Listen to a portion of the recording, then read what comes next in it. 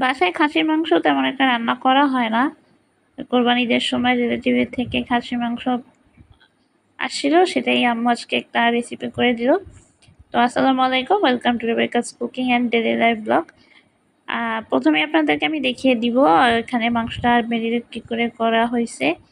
এখানে প্রায় 1-1.5 কেজির মতো খাসির মাংস ছিল। এখানে হলুদ, লবণ, আদা বাটা, রসুন বাটা, জিরা বাটা, টক দই, শুকনা মরিচ বাটা সব একসঙ্গে দিয়ে এটাকে সুন্দর করে ঘন্টাখানেকের মতো ম্যারিনেট করে রাখা হয়েছিল। সাথে সরিষার তেল দেওয়া হয়েছে এটার ভিতরে। মাংসটা যখনই আপনি যে কোনো মাংস, খাসির মাংস, গরুর মাংস রান্না করার আগে মাংসটা যদি সুন্দর করে ম্যারিনেট করে রাখা হয়, এটা অনেক টেস্টি হয়। তো যাই, এবার চলে আসি আমরা চুলায়। এখানে কড়াইতে পরিমাণ মতো সরিষার তেল দিয়ে এখানে কিছু গোটা আস্ত গরম মশলা দিয়ে দিতে হবে, এলাচ, দারচিনি আর হচ্ছে তেজপাতা। এটা কিছু সময় নেড়ে চেড়ে এখানে পরিমাণ মতো পেঁয়াজ কুচি দিয়ে দিতে হবে। এটাকে একটু ব্রাউন করে ভাজা ভাজা করতে হবে। এরপরে আবারও পরিমাণ মতো আদা বাটা, রসুন বাটা, এরপরে হচ্ছে জিরা বাটা, শুকনো মরিচ বাটা দিয়ে নিতে হবে। এটা এইভাবে ভালো করে একটু নেড়ে চেড়ে মিশিয়ে নিতে হবে। আমরা ভিডিওতে যে রান্নাগুলো দেখি এটা খুবই শর্টে দেখি, মনে হয় যেন এই দিল এই হয়ে গেল, বাট একটা রান্না করতে বিহাইন্ড দ্য সিন অনেকটা সময় প্রয়োজন।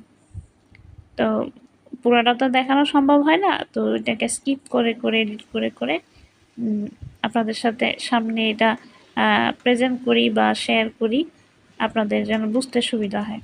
তো এখানে মশলাটা কষিয়ে নেওয়া হয়েছে পরিমাণ মতো লবণ, হলুদ দিয়ে। এরপরে ম্যারিনেট করে রাখা মাংসটা দিয়ে ভালোভাবে মশলার সাথে মিশিয়ে নিয়ে এটাকে কিছু সময় ঢেকে রাখা হয়েছে।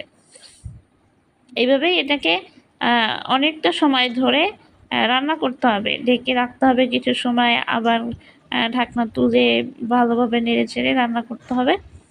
এরপরে কিছু সময় পরে এখানে গরম মশলা দিয়ে দিতে হবে, গরম মশলা গুঁড়ি।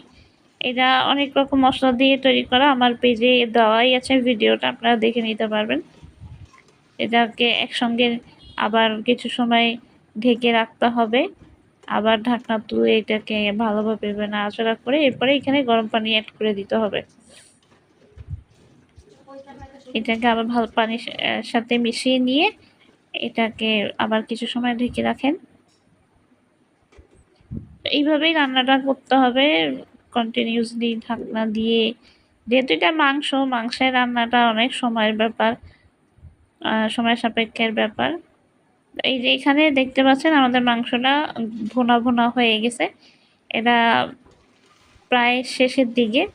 এটা আবার একটু সময় ভাবে একটু নাড়াচাড়া করে কিছু সময় ঢেকে রেখে নামিয়ে ফেলুন, ব্যাস হয়ে গেল।